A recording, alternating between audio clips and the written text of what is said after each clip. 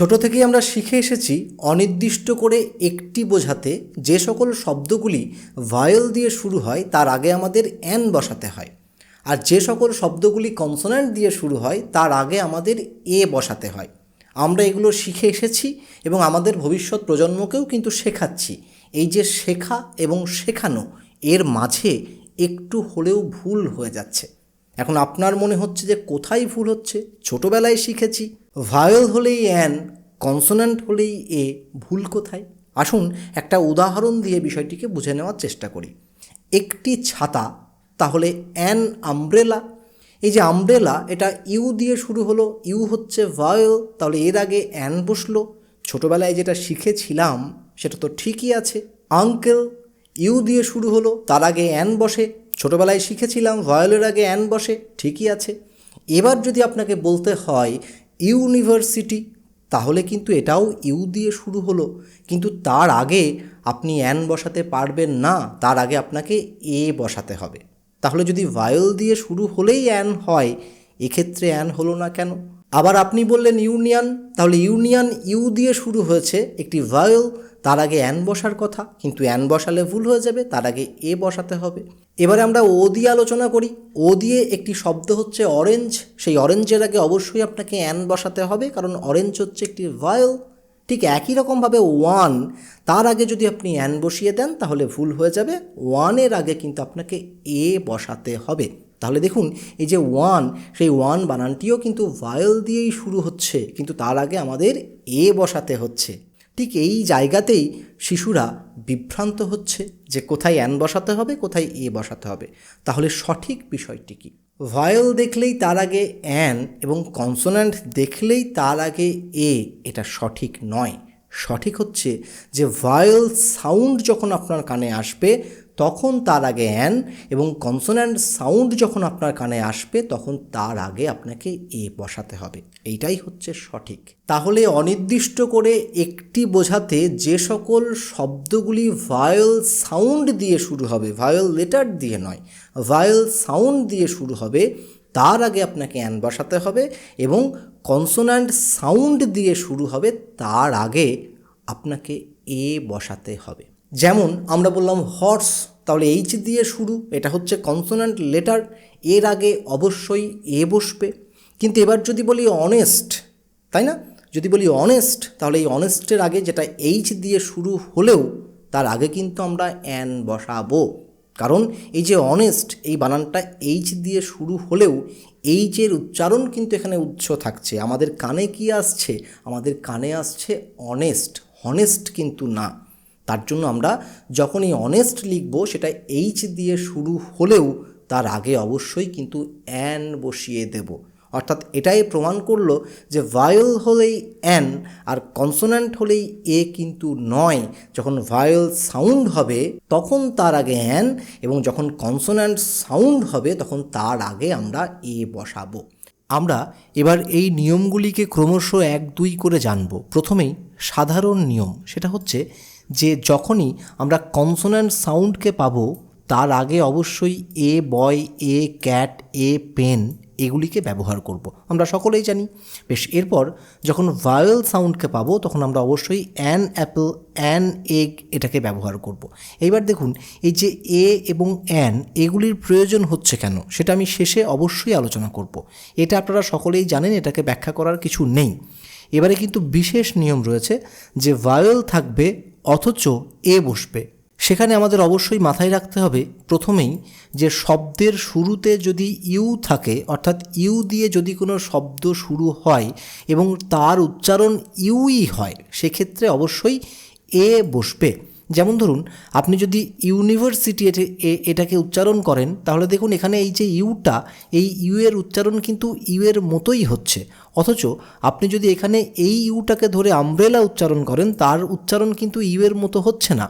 অর্থাৎ যেখানে আপনি দেখবেন যে ইউ দিয়ে কোনো একটি শব্দ শুরু হচ্ছে অথচ তার উচ্চারণটি ইউ এর মতোই হচ্ছে, সেখানে আপনি এ দেবেন। যেমন এ ইউনিভার্সিটি, এখানে ইউ দিয়ে শুরু হচ্ছে এবং উচ্চারণটা ইউ হচ্ছে। এ ইউনিয়ন, ইউ দিয়ে শুরু হচ্ছে এবং উচ্চারণটা ইউ হচ্ছে। এ ইউজফুল, তাহলে ইউ এটা দিয়ে শুরু হলো এবং উচ্চারণটা কিন্তু ইউ এর মতোই হলো। কিন্তু এখানে দেখুন এই যে আমব্রেলা রয়েছে, এখানে কিন্তু আমরা আমব্রেলা উচ্চারণ করতে গিয়ে ইউকে কিন্তু ইউ এর মতো উচ্চারণ করছি না, আঙ্কেল উচ্চারণ করতে গিয়ে ইউকে কিন্তু ইউ এর মতো উচ্চারণ করছি না, তার জন্য এখানে কিন্তু অ্যান বসবে। তাহলে যখনই আপনি দেখবেন যে কোনো কিছু ইউ দিয়ে শুরু হলো, আপনি সবার আগে দেখবেন যে ইউ এই উচ্চারণটা কি ইউই থাকছে। যদি ইউই থাকে সেক্ষেত্রে আপনি এ লিখে দেবেন, আর যদি ইউ এর উচ্চারণ ইউ না হয় সেক্ষেত্রে আপনি অ্যান লিখে দেবেন। আশা করি প্রথম যে নিয়মটি রয়েছে সেখানে আপনার কোনো সমস্যা হচ্ছে না। আসুন আমরা এবার ওয়ের ক্ষেত্রে ব্যতিক্রমী নিয়মগুলোকে দেখে নিই। ওয়ের ক্ষেত্রে শুধু মনে রাখবেন ওয়ান এই যে শব্দটির আগেই কেবল এ বসে, এছাড়া বাকি যা কিছু ও দিয়ে শুরু হবে কম বেশি তার আগে অ্যানই বসে, ব্যতিক্রম কিছু থাকতেই পারে।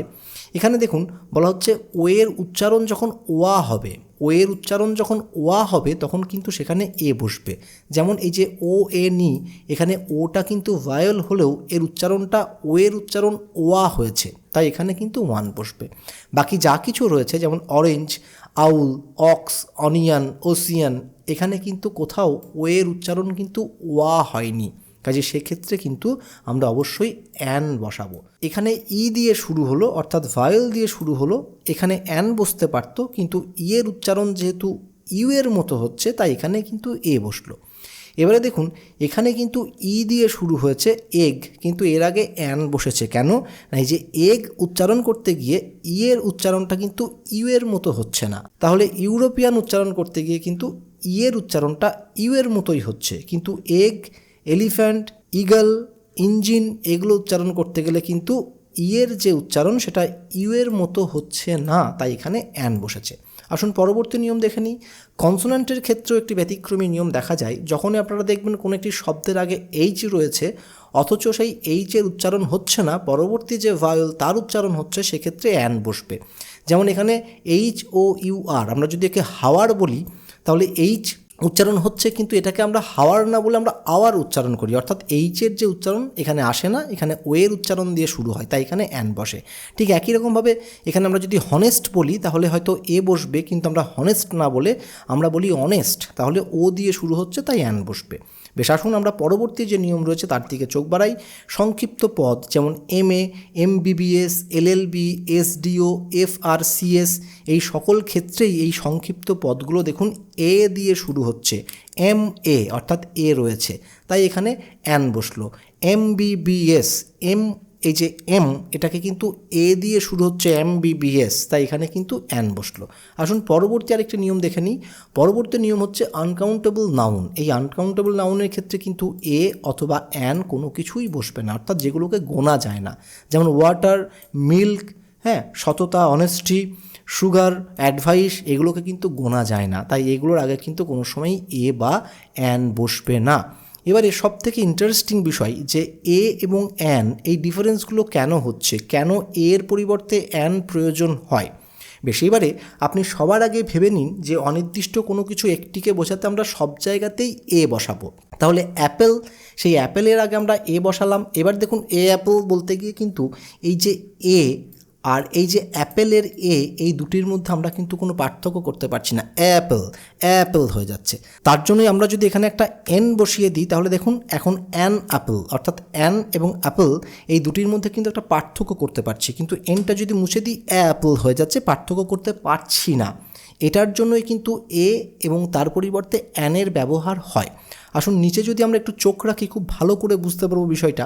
দেখুন এখানে কিন্তু ও রয়েছে, ও কিন্তু ভায়োল, কিন্তু দেখুন আমরা যদি এখানে বলি যে A1 দেখুন সেক্ষেত্রে আমাদের উচ্চারণের কোনো অসুবিধা হচ্ছে না, তাই আমরা জানি যে ও হচ্ছে একটি ভায়োল, তাহলে ও এর আগে কিন্তু অ্যান বসা উচিত ছিল। অ্যান যদি বসতো তাহলে কি হতো, তাহলে হতো N1, সেক্ষেত্রেও অ্যান এবং ওয়ান এই দুটোকে আমরা আলাদা করতে পারতাম, কিন্তু আমরা যদি একে শুধু এ রেখে দিই সেক্ষেত্রেও কোনো সমস্যা হচ্ছে না, A1।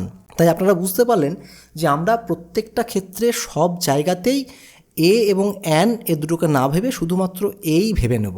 এবার যখন দেখব যে এই এ এবং পরবর্তী যে শব্দের যে প্রথম যে ধ্বনি সেই দুটো একই হয়ে যাচ্ছে, তখন আমরা সেখানে পার্থক্য তৈরি করার জন্য একটা এন বসিয়ে দেবো। আর যদি তার প্রয়োজন না থাকে তাহলে এন বসাবো না। আশা করি এইবার এ এবং অ্যান কেন ব্যবহার হয় সেটা বুঝতে পারলেন। তাহলে আজকের এই ভিডিওটি আপনার কেমন লাগলো? যদি ভালো লাগে তাহলে অবশ্যই এই চ্যানেলটিকে লাইক করবেন, এই চ্যানেলটিকে সাবস্ক্রাইব করবেন এবং ফলো করবেন, সেটা আমার একান্ত অনুরোধ। তাহলে দেখা হচ্ছে অন্য কোনো এক ভিডিওতে, অন্য কোনো এক দিন। ততক্ষণের জন্য আপনার এই বন্ধু বিশ্বদীপ নন্দীকে বিদায় দিন।